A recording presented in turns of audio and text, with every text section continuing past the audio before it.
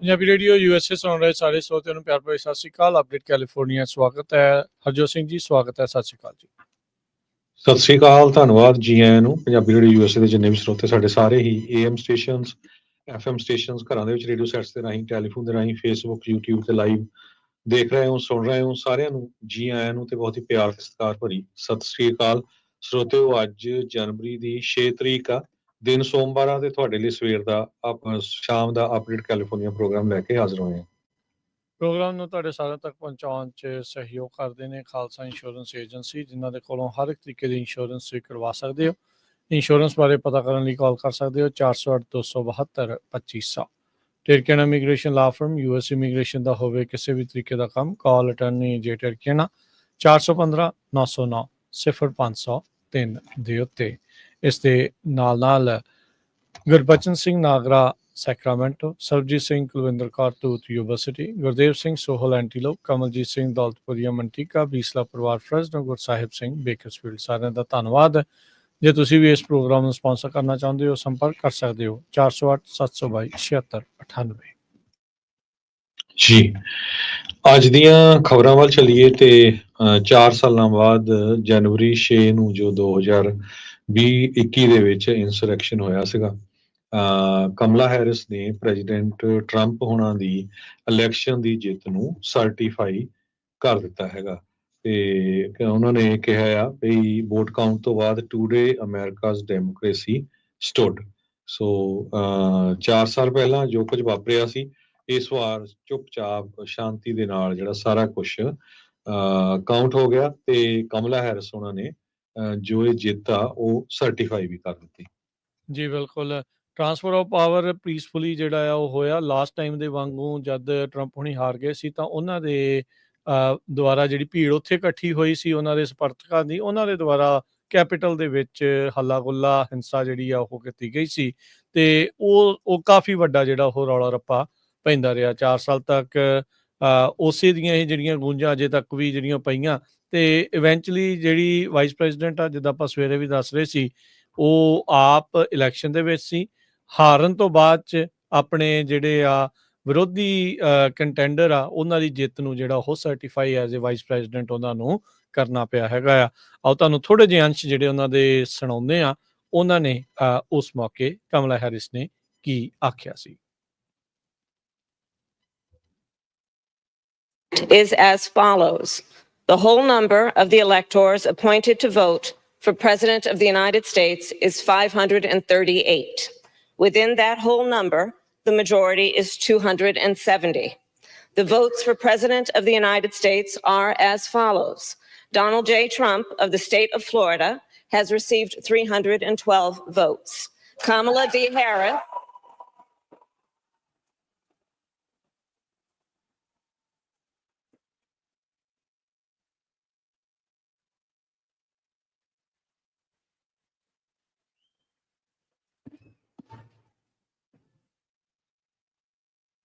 Kamala D. Harris of the state of California has received 226 votes. ਤਾਂ ਤੁਸੀਂ ਸੁਣ ਸਕਦੇ ਹਾਂ ਵੀ ਆਪੋ ਆਪਣੀ ਪਾਰਟੀ ਵਾਲੇ ਬੰਦਿਆਂ ਨੇ ਉਹਨਾਂ ਨੇ ਜਿਹੜੀਆਂ ਜ਼ੋਰਦਾਰ ਤਾੜੀਆਂ ਜਿਹੜੀਆਂ ਉਹ ਜ਼ਰੂਰ ਮਾਰੀਆਂ ਤੇ ਇਵੈਂਚੁਅਲੀ ਜਿਹੜੇ ਆ ਡੋਨਲਡ ਟਰੰਪ ਆ ਉਹਨਾਂ ਦੀ ਜਿੱਤ ਨੂੰ, ਇਲੈਕਟਰਲ ਕਾਲਜ ਦੀ ਜਿੱਤ ਨੂੰ ਜਿਹੜੇ ਕਹਿ ਲਓ ਵੀ ਹਰੀ ਝੰਡੀ ਨਿਸ਼ਾਨਦੇਹੀ ਜਿਹੜੀ ਉਹ ਕਰ ਦਿੱਤੀ ਗਈ। ਇਹ ਜੇ ਉੱਦਾਂ ਦੱਸਦੇ ਜਾਈਏ ਤਾਂ ਹਰਜੋਤ ਸਿੰਘ ਜੀ ਅਜੇ ਤੱਕ ਇੱਦਾਂ ਹੋਇਆ ਨਹੀਂ ਵੀ ਜਿਹਨੇ ਇਲੈਕਸ਼ਨ ਜਿੱਤੀ ਹੋਈ ਉਸ ਤੋਂ ਸਰਟੀਫਾਈ ਨਾ ਕੀਤਾ ਗਿਆ ਹੋਵੇ। ਇਹ ਟਰੰਪ ਆਉਣਾ ਵੇਲੇ ਸੀ। ਹਾਰਨ ਤੋਂ ਬਾਅਦ 'ਚ ਉਹਨਾਂ ਨੇ ਵਾਈਸ ਪ੍ਰੈਜ਼ੀਡੈਂਟ ਤੱਕ ਨੂੰ ਵੀ ਆਖਿਆ, ਉਹਨਾਂ ਦੇ ਸਮਰਥਕਾਂ ਨੇ ਇਸ ਨੂੰ ਫਾਂਸੀ ਦੇਣ ਦੀ ਵੀ ਗੱਲ ਆਖੀ। ਅੰਦਰ ਜਿਹੜੇ ਆ ਉਹ ਜਿਪ ਟਾਈਆਂ ਲੈ ਕੇ ਵੀ ਪਹੁੰਚੇ ਹੋਏ ਸੀਗੇ ਵੀ ਭਾਈ ਨਹੀਂ, ਟਰੰਪ ਹੁਣਾਂ ਨੂੰ ਹੀ ਜਿਹੜਾ ਉਹ ਜੇਤੂ ਘੋਸ਼ਿਤ ਕਰ ਦਿਓ, ਸਰਟੀਫਾਈ ਕਰਨ ਤੋਂ ਜਿਹੜਾ ਉਹ ਨਾ ਕਰ ਦਿਓ। ਇਸ ਵਾਰ ਚੰਗੀ ਜਿਹੜੀ ਆ ਪੁਲਿਸ ਦੀ ਸੁਰੱਖਿਆ ਦੇ ਅਧੀਨ ਇਹ ਜਿਹੜੀ ਸਰਟੀਫਿਕੇਸ਼ਨ ਪ੍ਰੋਸੈਸ ਆ ਉਹ ਪੂਰਾ ਹੋਇਆ ਆ। ਜੀ ਬਿਲਕੁਲ। ਸੋ ਹੁਣ ਪ੍ਰੈਜ਼ੀਡੈਂਟ ਡੋਨਲਡ ਟਰੰਪ ਹੋਣੀ ਜੋ ਪ੍ਰੈਜ਼ੀਡੈਂਟ ਇਲੈਕਟ ਹੈਗੇ ਆ, ਉਹਨਾਂ ਨੂੰ ਜਨਵਰੀ 20 ਨੂੰ ਸੋਮਵਾਰ ਨੂੰ ਜਿਹੜੀ ਸਹੁੰ ਆ ਉਹ ਚੁਕਾਈ ਜਾਊਗੀ ਜੀ। ਅਗਲੀ ਖਬਰ ਰਾਜਕਨਵੀਰ ਸਿੰਘ ਜੀ, ਕੈਲੀਫੋਰਨੀਆ ਦੇ ਵਿੱਚ ਵੈਦਰ ਨੂੰ ਲੈ ਕੇ ਆ। ਕਹਿੰਦੇ ਭਈ ਇੰਨੀਆਂ ਤੇਜ਼ ਹਵਾਵਾਂ ਸਦਰਨ ਕੈਲੀਫੋਰਨੀਆ ਦੇ ਵਿੱਚ ਆ ਰਹੀਆਂ ਤੇ ਕੱਲ ਨੂੰ ਵੀ ਆਉਣਗੀਆਂ, ਜਿਹਦੇ ਨਾਲ ਅੱਗ ਲੱਗਣ ਦਾ ਜਿਹੜਾ ਖਤਰਾ ਆ ਉਹ ਇੱਕ ਵਾਰੀ ਫੇਰ ਬਣ ਗਿਆ ਹੈਗਾ। 100 ਮੀਲ 80 ਮੀਲ ਤੋਂ ਲੈ ਕੇ 100 ਮਾਈਲਸ ਪਰ ਆਵਰ ਦੇ ਹਿਸਾਬ ਨਾਲ ਲਾਸ ਐਂਜਲਸ ਤੇ ਵੈਂਚਰਾ ਕਾਉਂਟੀਜ਼, ਜਿੱਥੇ 4.5 ਮਿਲੀਅਨ ਲੋਕ ਰਹਿੰਦੇ ਆ, ਉਹ ਇਸ ਟਾਈਮ ਰਿਸਕ ਦੇ ਉੱਤੇ ਹੈਗੇ ਆ। ਯੂਐਸ ਸਟਾਰਮ ਪ੍ਰੈਡਿਕਸ਼ਨ ਸੈਂਟਰ ਵੱਲੋਂ ਦੱਸਿਆ ਗਿਆ ਆ। ਡਾਊਨਟਾਊਨ ਲਾਸ ਐਂਜਲਸ ਦੇ ਏਰੀਏ ਵਿੱਚ ਹਜੇ ਤੱਕ ਅੱਧਾ ਇੰਚ ਵੀ ਜਿਹੜਾ ਮੀਂਹ ਆ ਉਹ ਨਹੀਂ ਪਿਆ ਹੈਗਾ, ਨੈਸ਼ਨਲ ਵੈਦਰ ਸਰਵਿਸ ਦੇ ਮੁਤਾਬਕ। ਕਹਿੰਦੇ ਵੀ ਇਹ ਜਿਹੜਾ ਪੈਟਰਨ ਆ ਇਹ ਬੜਾ ਖਤਰਨਾਕ ਪੈਟਰਨ ਆ। ਇੱਕ ਕਲਾਈਮੇਟੋਲੋਜਿਸਟ ਡੈਨੀਅਲ ਸਵੇਨ ਹੈਗੇ university of California Los Angeles ਦੇ, ਸੋ ਉਸਨੇ ਕਿਹਾ ਵੀ ਇਸ ਸਾਰੇ ਕਾਸੇ ਨੂੰ ਐਟਮੋਸਫੇਰਿਕ ਬਲੋ ਡਰਾਇਰ ਕਰਕੇ ਕਿਹਾ ਜਾਂਦਾ ਹੈਗਾ। ਸੋ ਸੁੱਕੀ ਹਵਾ ਆ ਇੰਨੀ ਤੇਜ਼ ਚੱਲੂਗੀ ਜਿਹਦੇ ਨਾਲ ਉਸ ਏਰੀਏ ਦੇ ਵਿੱਚ ਅੱਗਾਂ ਲੱਗਣ ਦੇ ਜਿਹੜੇ ਚਾਂਸ ਆ ਉਹ ਵਧੇ ਹੋਏ ਹੈਗੇ ਜੀ। ਬਿਲਕੁਲ, ਸੈਂਟਾ ਐਨਾ ਵਿੰਡਸ ਇਹਨਾਂ ਨੂੰ ਆਖਦੇ ਆ। ਕਈ ਥਾਵਾਂ ਦੇ ਉੱਤੇ ਤਾਂ ਇਹ ਵੀ ਪ੍ਰੋਡਿਕਟ ਕੀਤਾ ਜਾ ਰਿਹਾ ਵੀ 100 ਮੀਲ ਫੀ ਘੰਟੇ ਦੀ ਰਫ਼ਤਾਰ ਤੱਕ, 80 ਤੋਂ 100 ਮੀਲ ਫੀ ਘੰਟੇ ਦੀ ਰਫ਼ਤਾਰ ਨਾਲ ਤੇਜ਼ ਹਵਾਵਾਂ ਸੈਨ ਫਰਨੈਂਡੋ ਵੈਲੀ ਦੇ ਵਿੱਚ ਉਹਨਾਂ ਦੇ ਜਿਹੜੇ ਪਹਾੜਾਂ ਦੇ ਵਿੱਚ ਆ ਸਕਦੀਆਂ, ਤੇ ਕਈ ਥਾਵਾਂ ਦੇ ਉੱਤੇ 50 ਤੋਂ 80 ਮੀਲ ਤੱਕ ਸਪੀਡ ਦੀਆਂ ਵੀ ਜਿਹੜੀਆਂ ਹੋਣਗੀਆਂ। ਹੁਣ ਇਹ ਆ ਵੀ ਮੀਂਹ ਪਿਆ ਆ, ਥੋੜਾ ਜਿਹਾ ਵੈਜੀਟੇਸ਼ਨ ਗਿੱਲੀ ਆ, ਅੱਗ ਲੱਗਣ ਦੀ ਸੰਭਾਵਨਾ ਥੋੜੀ ਘਟ ਜਾਂਦੀ ਆ, ਪਰ ਫਿਰ ਵੀ ਸਦਰਨ ਕੈਲੀਫੋਰਨੀਆ ਦੇ ਵਿੱਚ ਅਜੇ ਉਨਾ ਮੀਂਹ ਨਹੀਂ ਪਿਆ ਜਿੰਨਾ ਪੈ ਜਾਂਦਾ ਆ ਰੈਗੂਲਰਲੀ।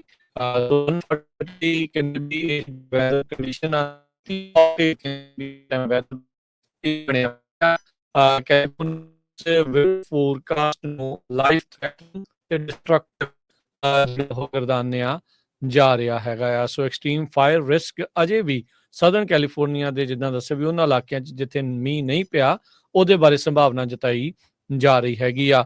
ਇੰਨੀਆਂ ਤੇਜ਼ ਹਵਾਵਾਂ ਦੇ ਨਾਲ ਰੁੱਖ ਡਿੱਗਣੇ ਜਾਂ ਚੀਜ਼ਾਂ ਜਿਹੜੀਆਂ ਉੱਡ ਉੱਡ ਕੇ ਚੀਜ਼ਾਂ ਦੇ ਵਿੱਚ ਵੱਜਣੀਆਂ, ਇਹ ਸੁਭਾਵਿਕ ਜਿਹੜੀਆਂ ਉਹ ਹੋ ਸਕਦੀਆਂ ਆ। ਸੋ ਜਿਹੜੇ ਨੈਸ਼ਨਲ ਵੈਦਰ ਸਰਵਿਸ ਆ ਬੇ ਏਰੀਏ ਦੇ ਵਿੱਚ, ਉਹਨਾਂ ਨੇ ਵੀ ਜਿਹੜੀਆਂ ਸਨਿਕਰ ਵੇਵਸ ਆ ਉਸ ਦੇ ਬਾਰੇ ਕਹਿੰਦੇ ਵੀ ਦੱਸਿਆ ਹੈਗਾ। ਸੋ ਤੱਟ ਦੇ ਉੱਤੇ ਜ਼ਿਆਦੀਆਂ ਉੱਚੀਆਂ ਛੱਲਾਂ ਜਿਹੜੀਆਂ ਆ ਉਹ ਵੀ ਹੋ ਸਕਦੀਆਂ ਨੇ, ਤੇ ਕਹਿੰਦੇ ਵੀ ਇਹਦੇ ਨਾਲ ਵੀ ਜੇ ਕੋਈ ਸਮੁੰਦਰ ਦੇ ਵਿੱਚ ਖਾਸ ਕਰਕੇ ਸਰਫਿੰਗ ਵਗੈਰਾ ਕਰ ਰਿਹਾ, ਬੋਰਡਿੰਗ ਕਰ ਰਿਹਾ ਆ, ਤਾਂ ਉਹਨਾਂ ਨੂੰ ਜਿਹੜਾ ਉਹ ਕਾਫੀ ਨੁਕਸਾਨਦੇਹ ਸਾਬਤ ਹੋ ਸਕਦੀਆਂ ਆ।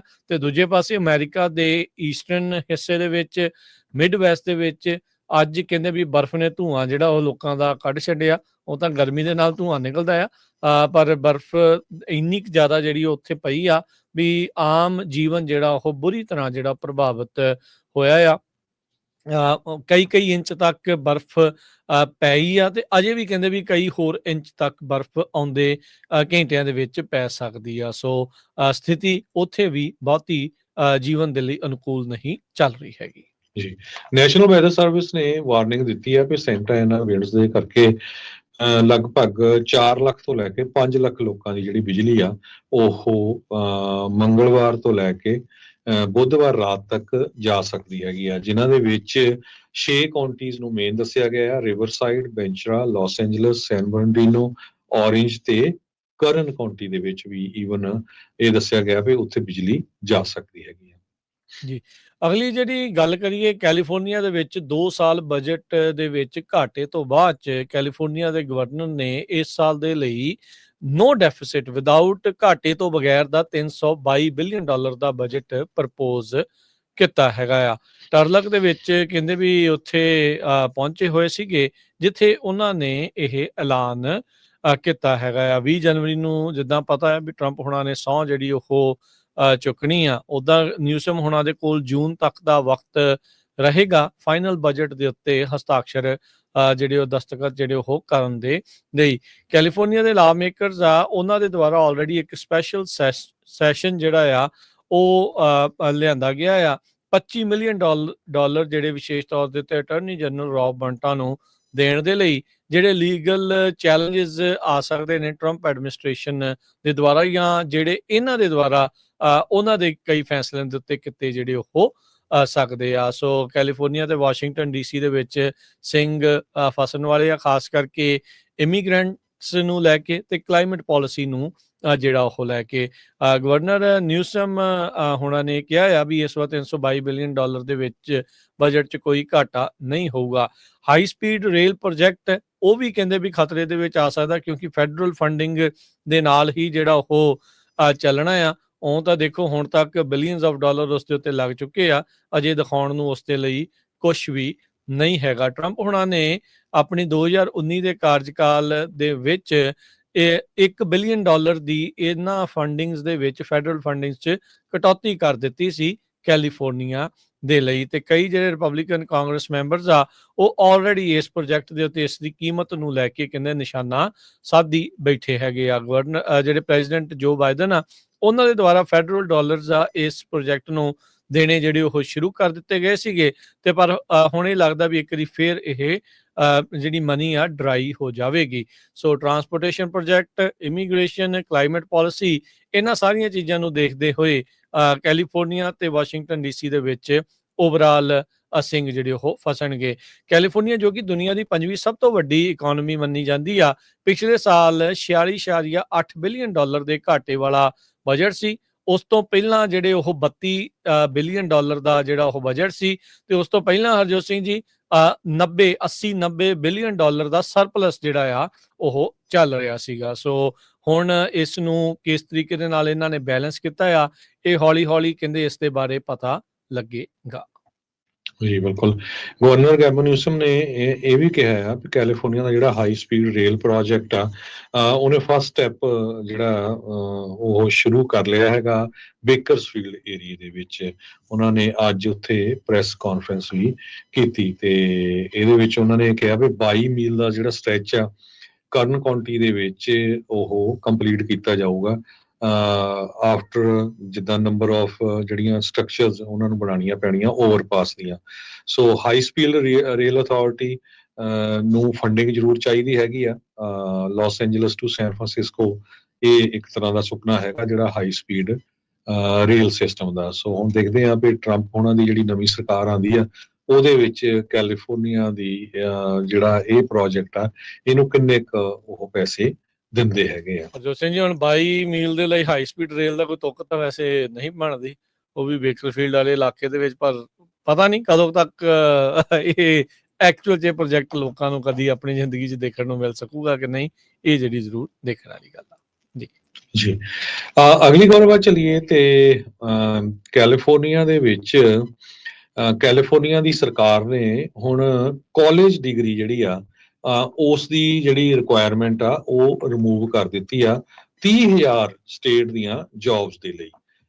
ਸੋ 30,000 ਜੌਬਸ ਕੈਲੀਫੋਰਨੀਆ ਸਟੇਟਸ ਇਦਾਂ ਦੀਆਂ ਆ ਜਾਂ ਫਿਊਚਰ ਦੇ ਵਿੱਚ ਓਪਨ ਹੋਊਗੀਆਂ ਜਾਂ ਹੁਣ ਉਹਨਾਂ ਦੀ ਜੌਬ ਵੈਕੈਂਸੀਜ਼ ਹੈਗੀਆਂ ਜਿਹਦੇ ਮੁਤਾਬਕ ਤੁਹਾਨੂੰ ਕਾਲਜ ਡਿਗਰੀ ਰਿਕੁਆਇਰ ਨਹੀਂ ਕੀਤੀ ਜਾਊਗੀ। ਕੈਲੀਫੋਰਨੀਆ ਹਿਊਮਨ ਰਿਸੋਰਸਿਸ ਡਿਪਾਰਟਮੈਂਟ ਜੋ ਅਵੈਲੂਏਟ ਕਰਦਾ ਹੈਗਾ ਡਿਗਰੀਜ਼ ਤੇ ਹੋਰ ਐਜੂਕੇਸ਼ਨਲ ਰਿਕੁਆਇਰਮੈਂਟਸ ਉਹ ਉਹਨਾਂ ਨੇ ਵੀ ਇਹਦੇ ਵਿੱਚ ਦੱਸਿਆ ਹੈਗਾ। ਡਿਪਟੀ ਡਾਇਰੈਕਟਰ ਆਫ ਕਮਿਊਨੀਕੇਸ਼ਨ ਜੋ ਕੈਲ HR ਕੈਮਲੀ ਟਰੈਵਿਸ ਆ ਉਹਨਾਂ ਨੇ ਦੱਸਿਆ ਵੀ ਕੈਲ HR ਉਹ ਇਸ ਪਾਲਿਸੀ ਨੂੰ ਕਮਿਟਡ ਆ ਵੀ ਤਾਂ ਕਿ ਵੱਧ ਤੋਂ ਵੱਧ ਲੋਕਾਂ ਨੂੰ ਜੌਬ ਦਿੱਤੀ ਜਾ ਸਕੇ, ਚਾਹੇ ਉਹਨਾਂ ਦੇ ਕੋਲ ਡਿਗਰੀ ਨਾ ਵੀ ਹੋਵੇ ਪਰ ਉਹਨਾਂ ਦਾ ਜਿਹੜਾ ਐਕਸਪੀਰੀਅੰਸ ਆ ਉਹ ਕਾਊਂਟ ਕੀਤਾ ਜਾ ਸਕਦਾ ਹੈਗਾ ਡਿਗਰੀ ਦੀ ਜਗ੍ਹਾ ਦੇ ਉੱਤੇ। ਸੋ ਹੁਣ ਬਜਟ ਤਾਂ ਪਹਿਲੇ ਘੱਟੇ ਸੀ, ਮੈਨੂੰ ਲੱਗਦਾ ਹੀ ਨਹੀਂ ਆਲਰੇਡੀ ਹਾਇਰਿੰਗ ਫ੍ਰੀਜ਼ ਕੀਤੀ ਹੋਈ ਸੀ, ਪਰ ਅੱਜ ਇਹ ਅਨਾਉਂਸ ਕੀਤਾ ਹੈ। ਸੋ ਹੋਪਫੁਲੀ ਫਿਊਚਰ ਦੇ ਵਿੱਚ ਜਦੋਂ ਹਾਇਰਿੰਗ ਹੋਊਗੀ ਤੇ ਸੋ ਕਈ ਲੋਕਾਂ ਨੂੰ ਜਿਹੜੀ ਜੌਬ ਆ ਉਹ ਜੌਬਾਂ ਜੋ ਸਟੇਟ ਦੇ ਵਿੱਚ ਆ ਉਹ ਮਿਲ ਜਾਣਗੀਆਂ। ਜੀ, ਆਰਟੀਫਿਸ਼ੀਅਲ ਇੰਟੈਲੀਜੈਂਸ ਦੀਆਂ ਕੰਪਨੀਆਂ ਲਗਾਤਾਰ ਆਪਣੇ ਪੈਰ ਪਸਾਰ ਰਹੀਆਂ ਤੇ ਕਹਿੰਦੇ ਵੀ ਇੱਕ ਆਰਟੀਫਿਸ਼ੀਅਲ ਇੰਟੈਲੀਜੈਂਸ ਟੈਕਨੋਲੋਜੀ ਕੰਪਨੀ ਉਹ ਸੈਨ ਹੋਜ਼ੇ ਦੇ ਵਿੱਚ ਆਪਣਾ ਕੈਂਪਸ ਬਣਾਉਣ ਜਾ ਰਹੀ ਆ। ਉਹਨਾਂ ਨੇ ਇੱਕ ਲੀਜ਼ਿੰਗ ਡੀਲ ਜਿਹੜੀ ਉਹ ਬਣਾਈ ਆ ਤੇ ਆਪਣੇ ਪੈਰ ਜਿਹੜੇ ਆ ਸਿਲੀਕਨ ਵੈਲੀ ਦੇ ਵਿੱਚ ਆਪਰੇਸ਼ਨਸ ਨੂੰ ਅੱਗੇ ਵਧਾਉਣਗੇ। ਐਸਟੇਰਾ ਲੈਬਸ ਉਹਨਾਂ ਨੇ ਤਕਰੀਬਨ 1.5 ਲੱਖ ਸਕੁਅਰ ਫੁੱਟ ਦੀਆਂ ਜਿਹੜੀਆਂ 2 ਬਿਲਡਿੰਗ ਕੰਪਲੈਕਸ ਆ ਸੈਨ ਹੋਜ਼ੇ ਦੇ ਵਿੱਚ, ਨਾਰਥ ਸੈਨ ਹੋਜ਼ੇ ਦੇ ਵਿੱਚ SEC ਦੇ ਡਾਕੂਮੈਂਟਸ ਦੇ ਮੁਤਾਬਕ ਇਹਨਾਂ ਨੇ ਐਡ ਕੀਤੀਆਂ ਹੈਗੀਆਂ। ਸਵਰਾਟੋ ਆਰਗੇਨਾਈਜੇਸ਼ਨ ਕਹਿੰਦੇ ਵੀ ਆਪਣੇ ਐਫੀਲੀਏਟ ਦੇ ਥਰੂ ਐਕਟ ਕਰਦੇ ਹੋਏ ਇਹ ਪ੍ਰਾਪਰਟੀਜ਼ ਨੂੰ ਓਨ ਕਰਦੀ ਆ ਤੇ ਇਹਨਾਂ ਨੇ 2 ਜਿਹੜੀਆਂ ਬਿਲਡਿੰਗਸ ਆ ਉਹਨਾਂ ਨੂੰ ਅੱਗੇ ਜਿਹੜੀਆਂ ਉਹ ਲੀਜ਼ ਕਰ ਦਿੱਤੀਆਂ। ਕਹਿੰਦੇ ਵੀ ਇਹ ਲੇਟੈਸਟ ਐਵੀਡੈਂਸ ਆ ਇਸ ਚੀਜ਼ ਦੇ ਵਿੱਚ ਵੀ ਇਹ 2 ਚੀਜ਼ਾਂ, ਇੱਕ ਤਾਂ ਜਿਹੜੀ ਹੈ ਆਰਟੀਫਿਸ਼ੀਅਲ ਇੰਟੈਲੀਜੈਂਸ ਆ ਉਹ ਆਪਣੇ ਪੈਰ ਲਗਾਤਾਰ ਤੇਜ਼ੀ ਦੇ ਨਾਲ ਪਲੰਘਾ ਪੁੱਟ ਕੇ ਜਿਹੜੀ ਉਹ ਉਸਾਰ ਰਹੀ ਆ ਤੇ ਕਮਰਸ਼ੀਅਲ ਰੀਅਲ ਏਸਟੇਟ ਮਾਰਕੀਟ ਇੱਕ ਵਾਰੀ ਫਿਰ ਉਸ ਦੇ ਵਿੱਚ ਥੋੜੀ ਬਹੁਤੀ ਜਾਨ ਪੈਣੀ ਜਿਹੜੀ ਉਹ ਸ਼ੁਰੂ ਹੋ ਗਈ ਹੈਗੀ ਆ। ਸੋ ਇਹ ਪਹਿਲਾ ਨਹੀਂ ਆ, ਇਸ ਤੋਂ ਇਲਾਵਾ ਵੀ ਜਿਹੜੀਆਂ ਹੋਰ ਵੀ ਜਿਹੜੀਆਂ real estate commercial real estate ਆ ਉਸ ਦੇ ਵਿੱਚ ਵਾਧਾ ਹੋਇਆ। ਵਰਕ ਫਰੋਮ ਹੋਮ ਤੋਂ ਬਾਅਦ ਇਵੈਂਚੁਅਲੀ ਜਿਹੜੇ ਕੰਪਨੀਜ਼ ਆ ਉਹਨਾਂ ਨੇ ਵਾਪਸ ਸੱਦਣੇ ਸ਼ੁਰੂ ਕੀਤੇ ਆ ਤੇ ਕਈ ਕੰਪਨੀਜ਼ ਜਿਹੜੀਆਂ ਇੱਧਰ ਆ ਰਹੀਆਂ ਆ। ਐਸਟੇਰਾ ਲੈਬਸ ਦੇ ਬਾਰੇ ਕਹਿੰਦੇ ਦੱਸਦੇ ਜਾਈਏ ਤਾਂ $713 ਮਿਲੀਅਨ ਇਹਨਾਂ ਨੇ ਪਹਿਲੀ ਜਿਹੜੀ ਇਨੀਸ਼ੀਅਲ ਪਬਲਿਕ ਆਫਰਿੰਗਸ IPO ਦੇ ਵਿੱਚ ਰੇਜ਼ ਜਿਹੜੇ ਉਹ ਕੀਤੇ ਸੀਗੇ ਤੇ $36 ਤੋਂ ਇਹਨਾਂ ਦਾ ਸ਼ੇਅਰ ਸ਼ੁਰੂ ਹੋਇਆ ਸੀ ਤੇ ਇਹ ਆਰਟੀਫਿਸ਼ੀਅਲ ਇੰਟੈਲੀਜੈਂਸ ਦਾ ਕੰਪਨੀ ਦਾ ਜਿਹੜਾ ਸ਼ੇਅਰ ਆ $141 ਤੱਕ ਪਹੁੰਚ ਚੁੱਕਾ ਹੈਗਾ। ਜੀ, ਕੈਲੀਫੋਰਨੀਆ ਦੇ ਇੱਕ ਹੋਰ ਸ਼ਹਿਰ ਬਲੇਹੋ ਦੇ ਰੈਜ਼ੀਡੈਂਟਸ ਨੇ ਪਟੀਸ਼ਨ ਸਾਈਨ ਕੀਤੀ ਆ ਗਵਰਨਰ ਗੈਬਨ ਨਿਊਸਮ ਨੂੰ ਕਿ ਸਾਨੂੰ ਜਿਹੜੇ CHP ਦੇ ਆਫੀਸਰਸ ਆ ਉਹ ਹੋਰ ਭੇਜੇ ਜਾਣ ਤਾਂ ਕਿ ਕ੍ਰਾਈਮ ਨੂੰ ਫਾਈਟ ਕੀਤਾ ਜਾ ਸਕੇ। ਓਕਲੈਂਡ ਦੇ ਵਿੱਚ ਕੈਲੀਫੋਰਨੀਆ ਦੇ ਗਵਰਨਰ ਨੇ ਕਾਫੀ ਜਿਹੜੇ CHP ਆਫੀਸਰਸ ਆ ਉਹਨਾਂ ਨੂੰ ਭੇਜਿਆ ਹੋਇਆ ਆ ਤਾਂ ਕਿ ਕ੍ਰਾਈਮ ਨੂੰ ਕੰਟਰੋਲ ਕੀਤਾ ਜਾ ਸਕੇ। ਜੋ ਬਲੇਹੋ ਦੇ ਰੈਜ਼ੀਡੈਂਟਸ ਆ ਉਹਨਾਂ ਨੇ ਜਦੋਂ ਪਟੀਸ਼ਨ ਸਟਾਰਟ ਕੀਤੀ ਉਹ ਕਹਿੰਦੇ ਸਾਡਾ ਛੋਟਾ ਜਿਹਾ ਸ਼ਹਿਰ ਹੈਗਾ ਪਰ ਇੱਥੇ ਸਲਾਈਡ ਸ਼ੋਜ਼ ਕਰਦੇ ਆ ਲੋਕ, ਕ੍ਰਾਈਮ ਦੇ ਸਟੈਟਿਸਟਿਕਸ ਬਹੁਤ ਜ਼ਿਆਦਾ ਵੱਧ ਰਹੇ ਹੈਗੇ ਆ ਤੇ ਸਾਨੂੰ ਜਿਹੜਾ ਆ ਕ੍ਰਿਮੀਨਲ ਤੋਂ ਬਚਾਇਆ ਜਾ ਸਕੇ। ਬਲੇਹੋ ਦੇ ਪੁਲਿਸ ਡਿਪਾਰਟਮੈਂਟ ਨੂੰ ਆਲਰੇਡੀ ਕਹਿੰਦੇ CHP ਨੇ 600 ਤੋਂ ਵੱਧ ਟ੍ਰੈਫਿਕ ਇਨਫੋਰਸਮੈਂਟ ਸਟਾਪਸ ਦੇ ਵਿੱਚ ਤੇ 32 ਲੋਕਾਂ ਨੂੰ ਅਰੈਸਟ ਕਰਨ ਦੇ ਵਿੱਚ ਹੈਲਪ ਕੀਤੀ ਹੈਗੀ ਆ। ਸਲੋਨੋ ਕਾਉਂਟੀ ਸ਼ੈਰਿਫ ਥਾਮਸ ਫਰੇਰਾ ਨੇ ਵੀ ਇਹ ਕਿਹਾ ਵੀ ਉਹਨਾਂ ਦੀ ਏਜੰਸੀ ਵੀ ਜੋ ਬਲੇਹੋ ਨੂੰ ਸਿਟੀ ਆਫ ਬਲੇਹੋ ਨੂੰ ਸਪੋਰਟ ਕਰੂਗੀ ਕ੍ਰਾਈਮ ਫਾਈਟ ਕਰਨ ਦੇ ਲਈ। ਜੀ ਬਿਲਕੁਲ। ਉਧਰ ਪ੍ਰੈਜ਼ੀਡੈਂਟ ਟਰੰਪ ਹੁਣਾਂ ਦੀ ਬਾਬਤ ਜੱਜ ਨੂੰ ਜਿਹੜੀ ਇਹਨਾਂ ਦੀ ਟੀਮ ਦੇ ਦੁਆਰਾ ਗੁਹਾਰ ਲਾਈ ਗਈ ਸੀਗੀ ਵੀ ਜਿਹੜੀ ਸੈਂਟੈਂਸਿੰਗ ਹੋਣੀ ਆ ਕ੍ਰਿਮੀਨਲ ਹਸ਼ਮਨੀ ਕੇਸ ਦੇ ਵਿੱਚ ਉਸ ਨੂੰ ਰੋਕਿਆ ਜਾਵੇ, ਪਰ ਜੱਜ ਨੇ ਜਿਹੜੀ ਇਹਨਾਂ ਦੀ ਇਹ ਦਰਖਾਸਤ ਆ ਉਸ ਨੂੰ ਰੱਦ ਕਰ ਦਿੱਤਾ ਆ। ਆਉਂਦੇ ਸ਼ੁੱਕਰਵਾਰ ਨੂੰ ਕ੍ਰਿਮੀਨਲੀ ਕਨਵਿਕਟਡ ਫੈਲਨ ਜਿਹੜੇ ਆ ਉਹ ਜਿਹੜੇ ਮੰਨੇ ਜਾਂਦੇ ਆ ਟਰੰਪ ਹੋਣੀ, ਉਹਨਾਂ ਨੂੰ ਸੈਂਟੈਂਸਿੰਗ ਸੁਣਾਈ ਜਾਊਗੀ ਜਿਹੜੀ ਕ੍ਰਿਮੀਨਲ ਹਸ਼ਮਨੀ ਕੇਸ ਦੇ ਮਾਮਲੇ ਦੇ ਵਿੱਚ।